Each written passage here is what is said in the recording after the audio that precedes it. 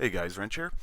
Wanted to show you guys a little project I've been working on to assist in creating co-drivers for Richard Burns Rally.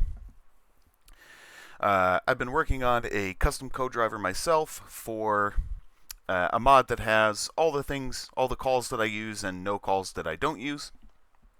And seemed like it could be useful, so I figured I'd release it over on GitHub. So look there for updates. So what we're going to do is open up Co-driver Tools.py, and we see it has a couple of capabilities. We can generate INI files from Excel.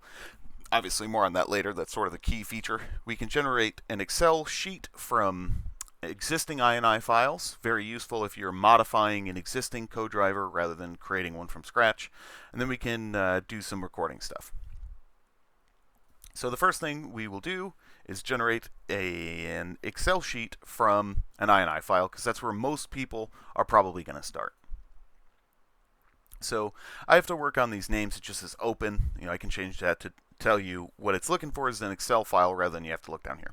So very much work in progress. You'll notice that as we go along. But I'm going to create a new Excel spreadsheet and then select it. And now it wants our INI files. So we're going to go into config, paste notes, packages, all the stuff you've seen a million times. Currently, the names of each INI file have to be unique. So like by default, they're all named rbr.ini.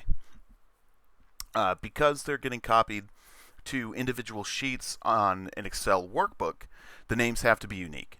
So I just name them based on what they are. So if I go down to like additional modifiers, it's called additional modifiers. I know a lot of mods have like a unified name, so it's like Yanni v3 numeric swapped .ini for for the modifiers, the corners, the links, all that.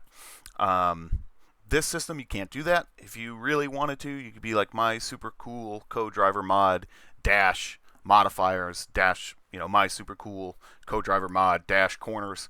You could do that if you're into that. So not the end of the world if you need to do that. So at any rate, we're going to pick all of our INI files. I'm just going to do the ones that I have actually modified. So I've got additional modifiers. I have adjectives and prepositions. I have cautions. Obviously, corners is a big one. Instructions is one that I added. Line, I just have the defaults. Links you can't modify, modifiers you can't modify, and then obstacles I did. So that's all the INI files. In order to handle the default RBR stuff, you could basically bring those in one at a time and then rename the sheets. I'll go ahead and do that with one of them so you can see what I'm talking about. So like additional, I don't have anything, so I'll just go ahead and bring in the RBR additional. And then I will close that. This returns to our main loop, and we can now open this up. So we've got the Excel spreadsheet is broken into kind of two main sections. We have the definitions section here and the organization section there. And that's repeated on each of the sheets. Each of these sheets represents an INI file. So again, this is the RBR INI file. So what I would do is go into config, paste notes, packages. I think it was additional. So I'll just rename this, if it'll let me, dash additional. Right. So that's for the purposes of generating the script and doing recordings and stuff. We'll get to that later.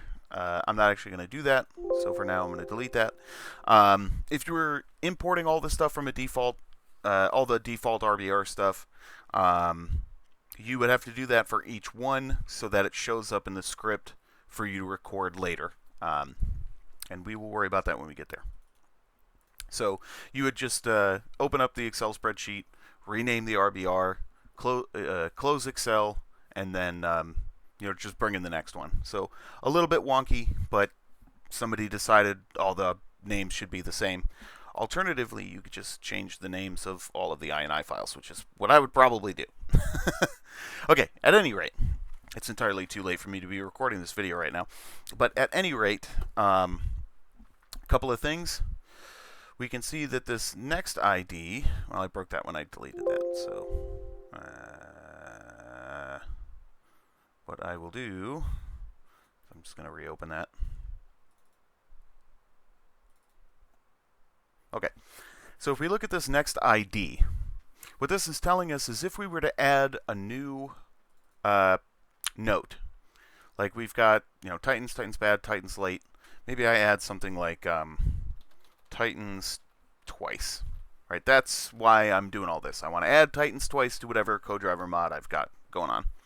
Each one needs a unique ID, so the idea is next ID will tell me what the next ID is.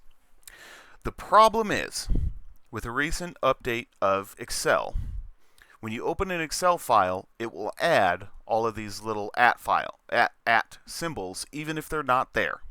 So if you open up an old one that doesn't have it, they get added, and it breaks this particular function. Super annoying. I haven't figured out a way around it. It's nothing I can do in Python to solve that problem. So what we're going to do is hit Control F for find. We'll go to replace. We'll select the entire workbook, and we will replace at with nothing. And now you'll see that this actually does work correctly. So if we go through and find the highest ID number, I've got 23.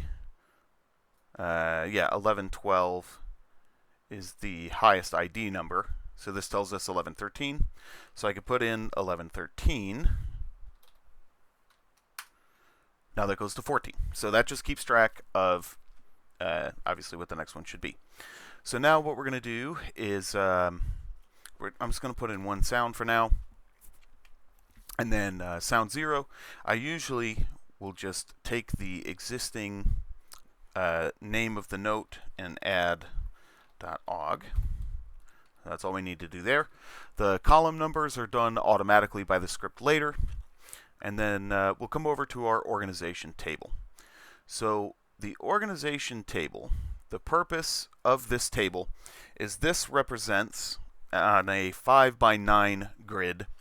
This represents the paste note UI in Rbr.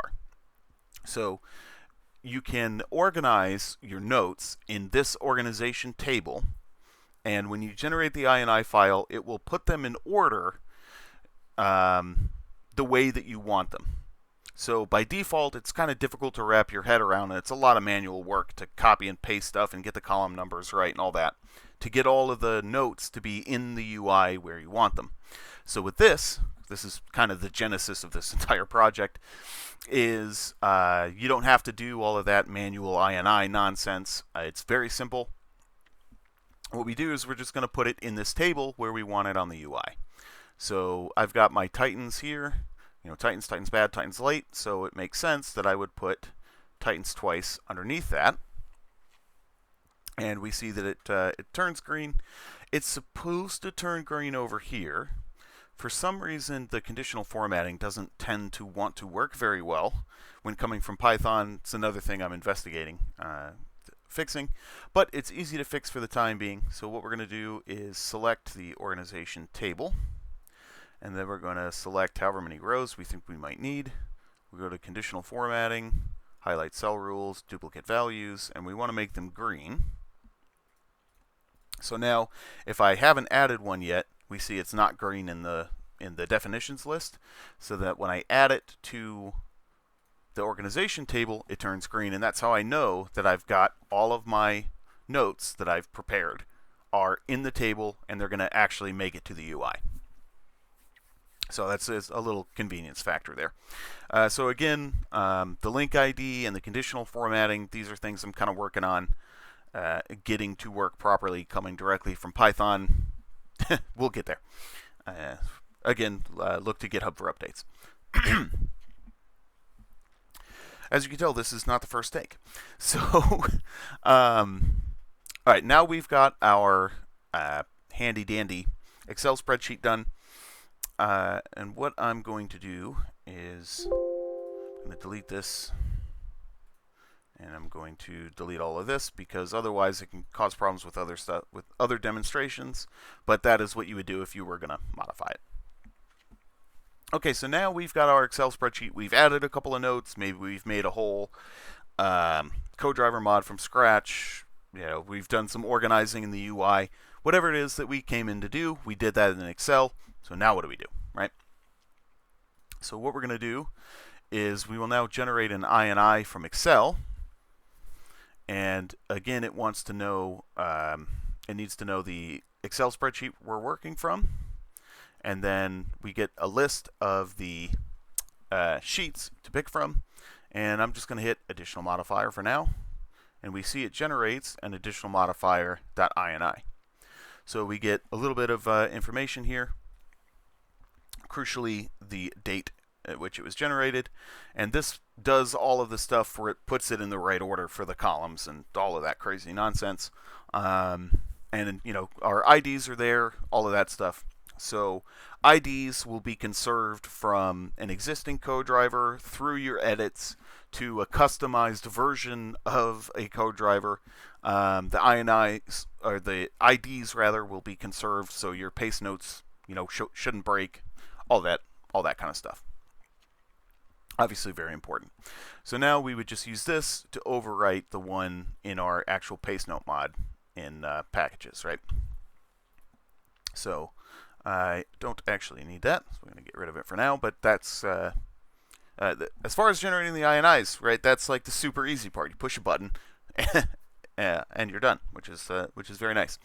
So now the next main feature is it really is going to help us to record a co-driver mod as far as the audio files. So what we're going to do is click Generate Recording Script. Now, ironically, it crashed in the exact same way on my last demo when my microphone was muted. So, interesting. Okay, so we're going to open that back up. Super quick and easy to do, so, not the end of the world there. So now we're going to generate a recording script. One important thing is our recording script is a text file, and it has to be manually blanked.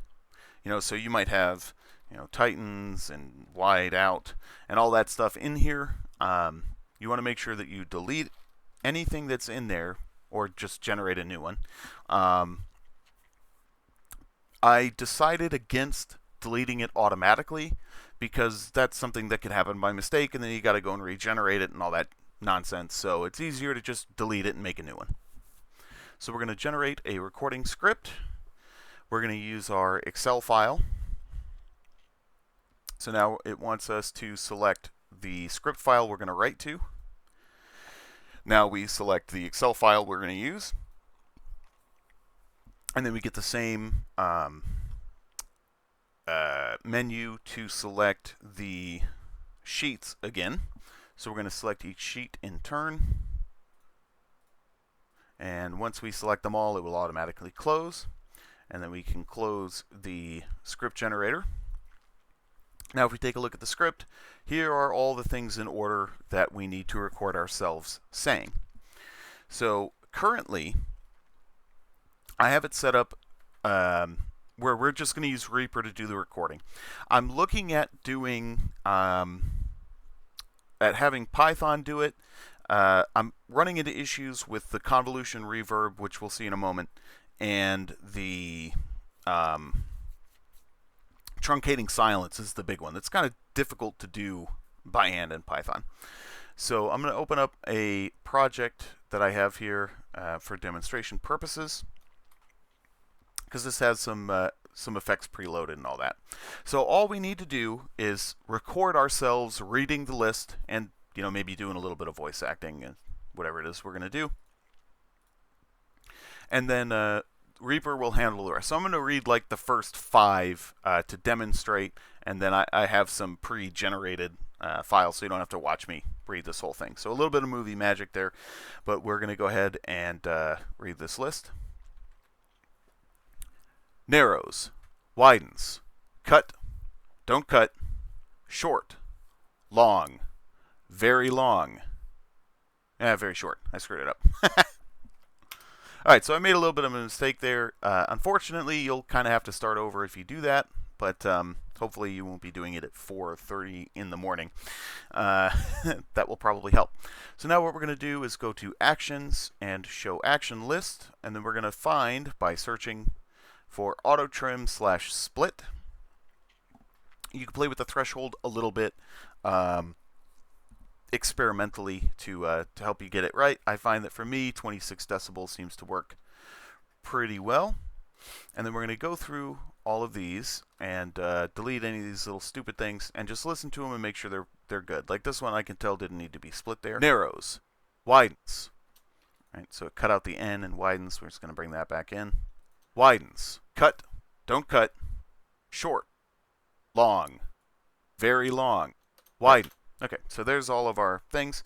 It takes, just a couple of minutes. My custom co-driver has 107 notes, which is relatively small. I'm, trying to keep it where it's not crazy with the amount of things I have to pick from. So it's relatively quick to do. So hopefully you can hear narrows, widens, cut the playback. I believe you can. So what we're going to do now is I have a little effect stack here. I'm going to look at exporting exporting this from Rbr so that it'll have all of this set up for you and have a copy of my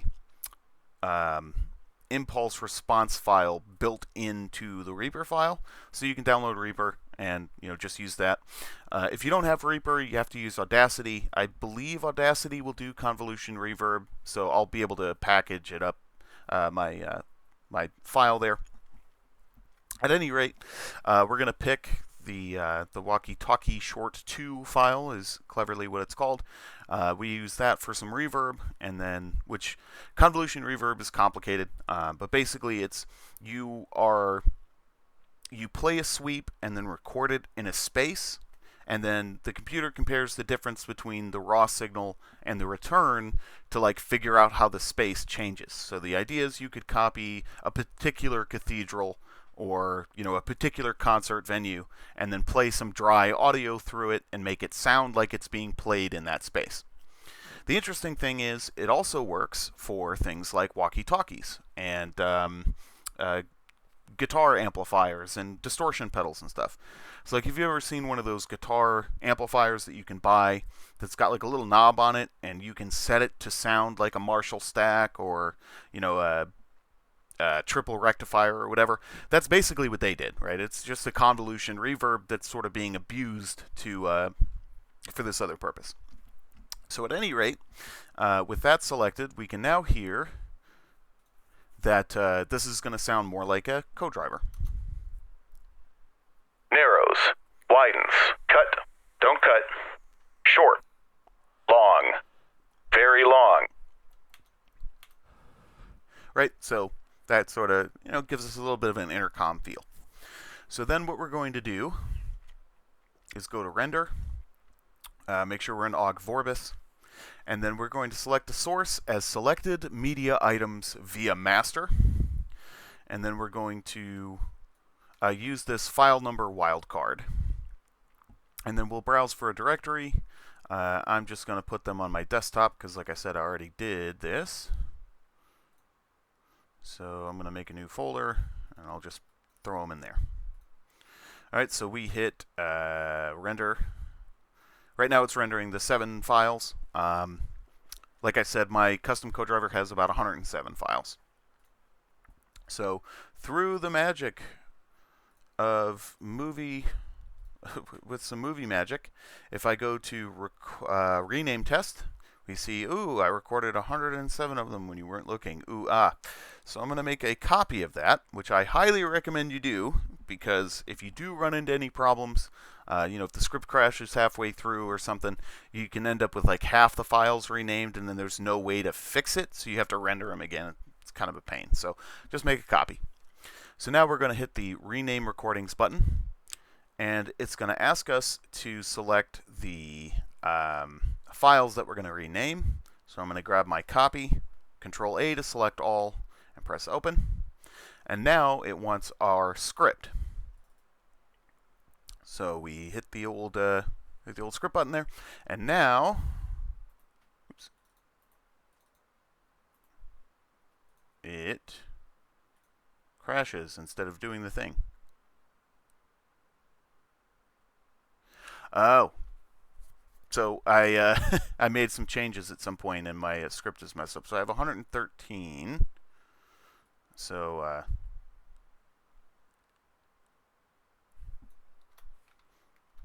so it will check to make sure that the the length of the script matches what you actually recorded, like the number of files that you have. So the file names for right now are going to be sort of messed up, but that's okay, just for reference. So we're going to select our files. My voice is too far gone to go through and record them all. So it renamed all 107. So now we're going to go in here and we can see that they all have their names. And again, they're probably wrong. Chicane. Yeah, they're all messed up because I recorded this before, and then for the video, I deleted the script, and it uses that script file to rename them. So that's sort of why it got messed up there. But basically what you would do is you would find the last one in your script, which in this would be bump. And then you come down to the file named bump. And if you haven't broken it by messing around recording videos and stuff, if this says bump, which... Inside. Bump. Right. Imagine with your powers of mind. If that were to actually say bump, then we would know, okay, then it has to be right. Okay, so at any rate, that would rename all of our files for us, and then we just copy that into the sounds directory. Right, so we don't have to do any complicated renaming. We don't have to mess around doing all of that kind of crazy stuff, rendering individual files. We can organize the UI from Excel. We can take an existing Co-driver and bring it into Excel so that we can play with it. This is sort of what we're shooting for with the Co-driver tools. So I think that's about everything I wanted to show you guys. Like I said, very much a work in progress. There's a couple of small things I know I got to fix, or like little features I have to add. But it's getting close to the point where I think it could actually be useful out there in the community. So let me know what you guys think. Drop a comment on the YouTube video here. You can always contact me through the RSF Discord, or this will be going live on GitHub. I'll post comments on the YouTube video, and also on the RSF Discord, so you guys can check it out. And obviously contact me on Discord, YouTube, or GitHub if you have any issues with it. Or let me know if you actually find it useful, because I spend some time on it, so it would be nice to hear that somebody out there is actually using it. So, again, I'll probably post again as I make some tweaks to this and fix a couple of bugs. So without running the risk of continuing to blather on incoherently at 4:37 in the morning, I'm going to hit the old stop recording button, and hopefully you guys find it useful. See you.